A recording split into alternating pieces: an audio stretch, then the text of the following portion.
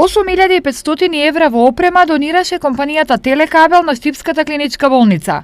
Опремата е наменета за оделението за ангиографија, а дел од неа се 10 пациент монитори, наменети за следење на состојбата на хоспитализираните пациенти после коронарна интервенција. Овие монитори се од голема важност за нашите пациенти заради тоа што сите стентирани пациенти може да развијат малигна аритмија во текот на хоспитализација после стентирањето.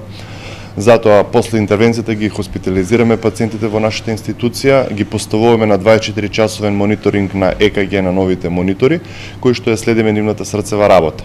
Освен ова, донирани се и 5 перфузори, кои на пациентите под притисок им импутираат спремна доза на лек. Тоа тече континуирано во текот на 24 часа, така да не мора повеќе сестрата или лекарот да ги брои капките за да го дозираме лекот, него буквално ја подесуваме бараната концентрација во милилитри на час на самиот перфузор и истиот си ја дозира континуирано терапијата која што треба да ја прима пациентот во наредните 24 часа. И добивме нови 2 комбинирани перфузори и инфузомати, тоа се за потешки пациенти машини кои што истовремено можат да дават лек под притисок на шприц и плюс инфузомат кој што капка по капка самиот си ги брои милилитрите на час за еден пациент да добива соодветена терапија.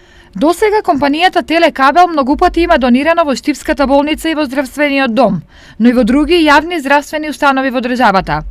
Со последната донација, компанијата уште еднаш ја покажа својата општествена одговорност. Се надеваме дека со оваа донација ќе успеат докторите и нивниот тим да им помогнат на многу пациенти. Фирмата Роби Телекабел и понатаму ќе настојува да помогне секој пат кога е потребно. Јас би упатила еден апел и до останатиот дел од бизнис секторот во Штип, да им помогне со мала донација, меѓутоа секоја донација значи многу за овие луѓе. Инаку ангиографот во Штипската болница не работеше извесен период. По неговата поправка, листата на чекање на пациенти значително е намалена.